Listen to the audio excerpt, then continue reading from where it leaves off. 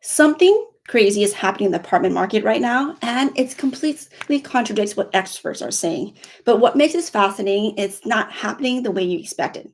So, all right, let's dive into the US apartment market right now. Specifically, we're looking at trends that emerged late 2024 and early 2025. And trust me, it's pretty interesting stuff. By the end of this deep dive, you're going to understand exactly what's driving the rental market. You'll see what kind of new housing types are popping up. You'll also understand why any of these things even matter, whether you rent, invest, or just curious about how it's shaping where we live. So, one of the things that really stood out to me when looking through all the data is that we're seeing that the market is doing something that people were not expecting it to do. You remember all the talks earlier about oversupply? Give me a wave if you heard anyone mention oversupply of the housing market in 2024.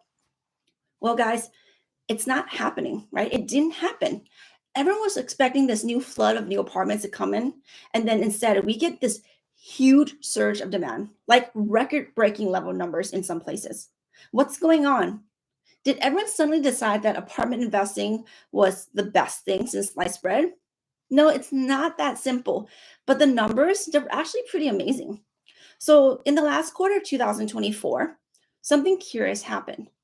Apartment demands actually hit a 3-year high. Think about 2,300 plus 230,000 plus units getting absorbed in 3 months. And that brought the total for the year to over 600,000 units. That's the highest since 2022. In fact, highest since early 2022. So even with all this new supply of apartments coming online, demand is keeping up pace. So what does this tell us about the market overall, where we're headed? So what it says is actually that the market is actually a lot stronger than what people had predicted. With the kind of demand that we're seeing, the issue is that it's not happening everywhere, right? Some cities are obviously more active than other cities. Let's go to one of our favorite markets, Texas.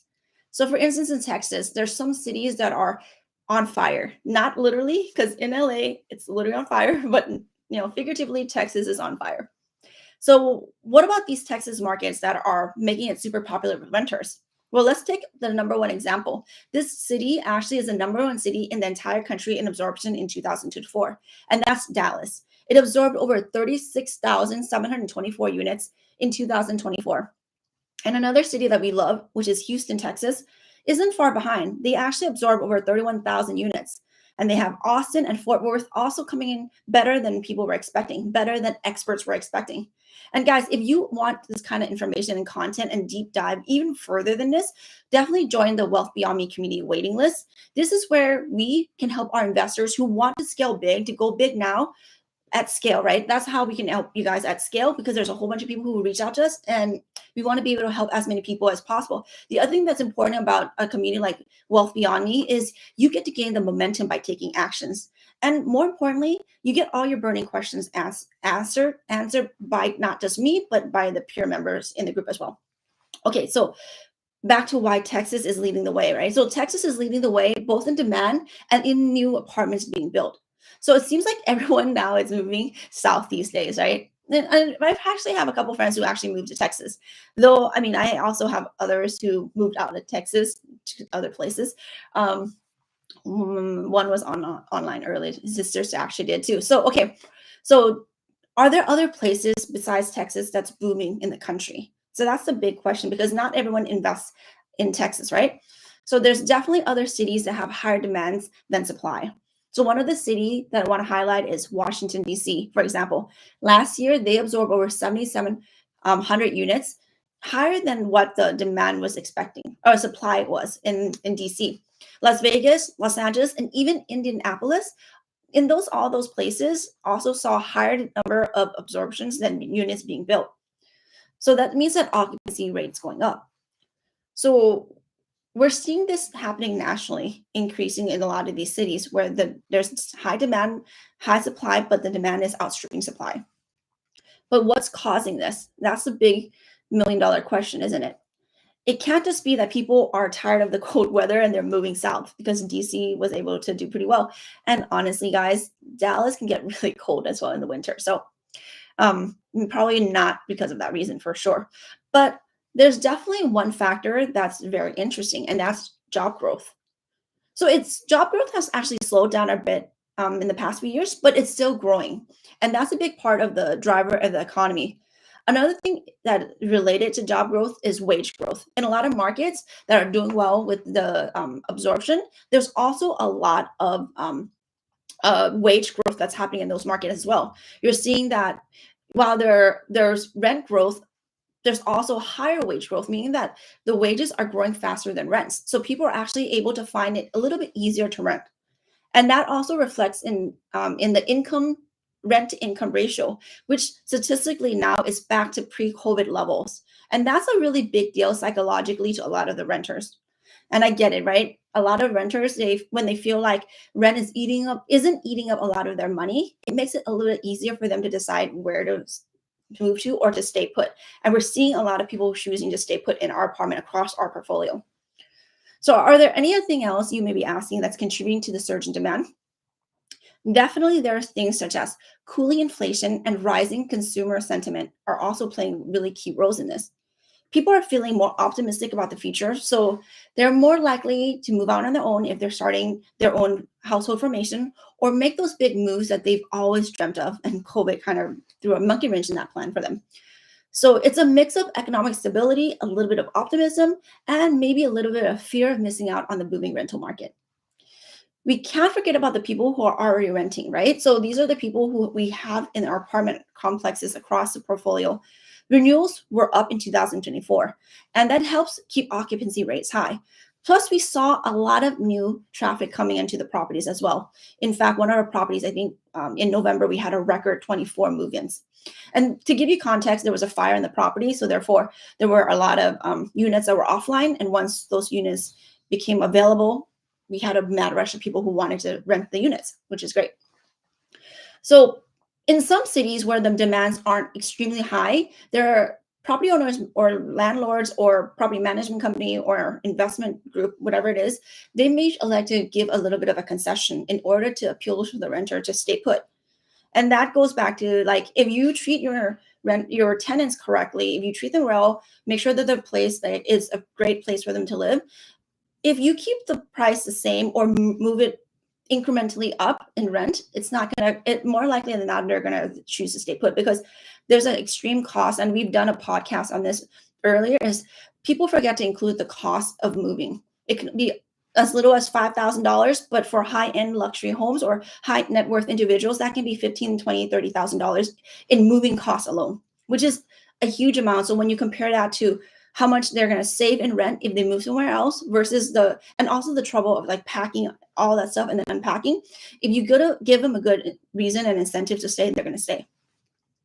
And we've spoken about this before on various podcasts and YouTube episodes, is that we need to make sure that we keep the back door shut.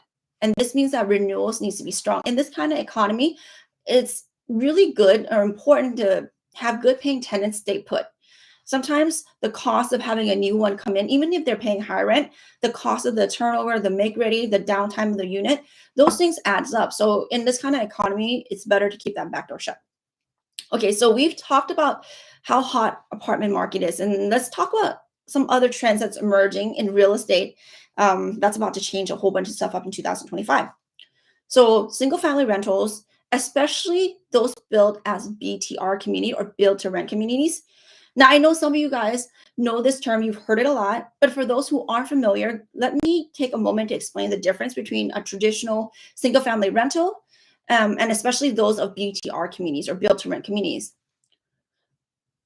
So traditional single family rentals are pretty straightforward. It's a house, a townhomes, a condo that are owned by a person or a company or someone, something like that, and they're renting it out to someone else. Pretty standard. But a BTR community is a whole different beast. So these are entire communities, sometimes really big ones, that are designed and built specifically for renting. So it's not like a bunch of random houses across a whole bunch of lots of land, even across different cities. It's a planned community where there's shared amenities and there's target market in mind when we're building out these communities. So the very appropriate description would be like our current development. So we have a BTR community that we're actually building in north of Dallas. So this townhome BTR community has 118 units, and it has all the features that someone would want to live in such a community. And it really it's a really appropriate time to have such a community because um, this is probably the most uh, um, focused and like excited asset subclass within real estate BTR communities. You can see it and hear it everywhere. Again, if anyone wants to know more detail about BTR that I can't go over in this live, definitely join our Wealth Beyond Me community waiting list, because that's where we're going to be able to go into details on things like this. What are specific strategies we're working on, things that are working, things aren't working. The goal here is to have you guys take massive action, because when we do things together as a community, it actually gets you to take those actions and take those steps that's necessary. And most importantly, also, if you have some questions about how to get started, or if you're already starting and there's issues that comes up and you want some answers from people who have 6 years of experience, $300 million asset under management, this is the place to go. So Wealth Beyond Me community. Enough of that. Let's jump back into BTR. So BTR again, guys, is super hot. So this is again a type of housing that's getting a lot of attention right now. In fact, there's 90,000 BTR units being built across the country, mostly in the South and the West. And this is in direct response to how hard it is for people to afford to buy single family homes, because the mortgage rates are still hovering anywhere between 6 to 8%. So buying a house can be pretty scary for a lot of people. So it makes renting much more appealing because you're not tied down to anything. You don't have a mortgage to worry about, you don't have property tax, insurance, and you definitely don't have deferred maintenance to take care of or worry about. I just read an article, as I mentioned, there are massive fires happening in LA County right now, and unfortunately, a 91-year-old man in Pasadena. I just saw an article, Pasadena, California.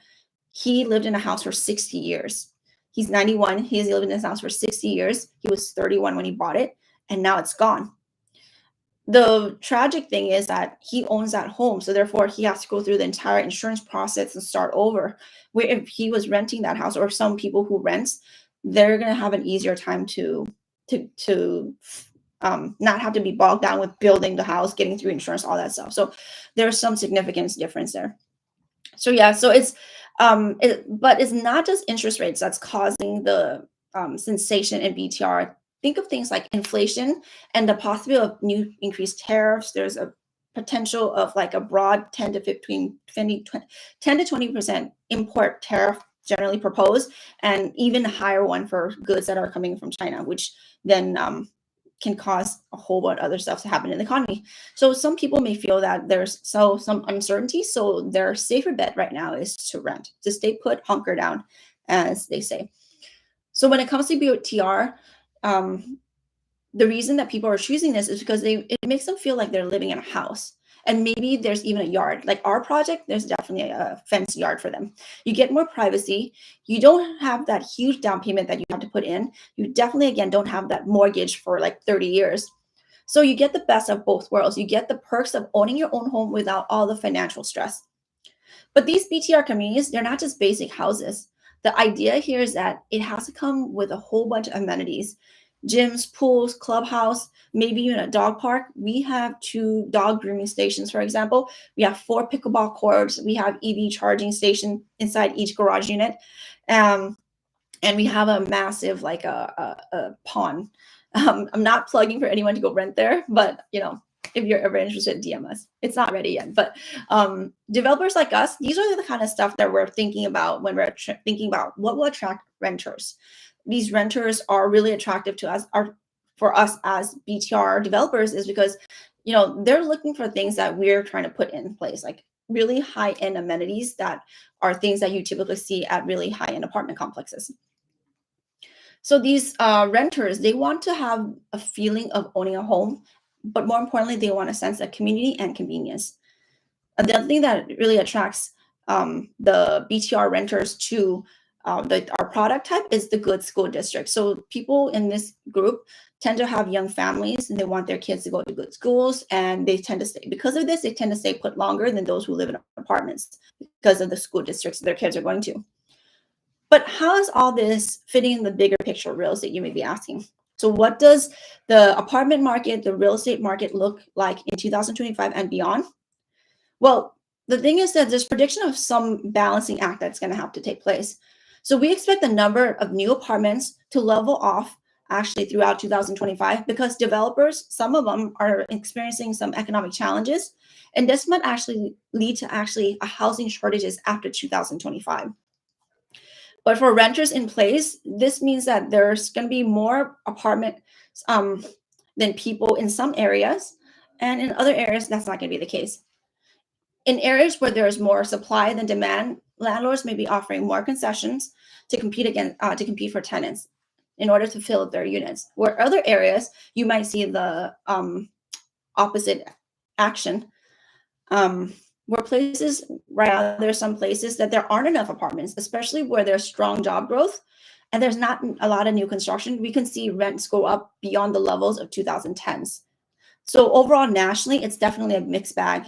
And you understand that real estate, multifamily specifically, but real estate in general, you can look at the macro economy, you can look at the statistics nationally, but how that is impacted is really localized. So what is happening in New York will not be the same thing that's happening in Atlanta, will not be the same thing that happens in Charlotte, in Dallas, in Phoenix, etc. So it's a very localized product. So you have to understand that what's happening in some city will not be the same scenario. One city may not be doing terribly well, the other one may be doing exceptional. Scenario would be like Dallas versus other cities. So some markets will be really good for renters, others will be good for both. And I think like the cities that we're in the Sun Belt is a win-win situation for both the renters and also the landlord. So it comes in different forms. So what's happening in Dallas might again be different than what's going to happen in DC, what's going to happen in LA. So it's a really localized situation. But so far, what we've covered, guys, is pretty exciting information. And I feel like we're just at the cusp of get something really amazing that's going to happen. All the things that I talked about definitely is not going to be isolated to just occupancy. It's definitely going to impact the rent prices.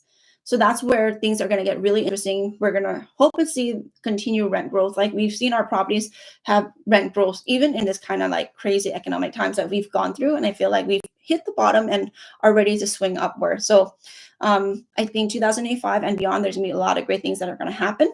And some areas will see some rent decreases, but for where we are, I think that there's going to be a lot of rent increases because there's that surge in demand that we've had has been basically unprecedented and unexpected in specific markets. And we're talking about Dallas, Houston, and some other cities around the countries that are like that as well.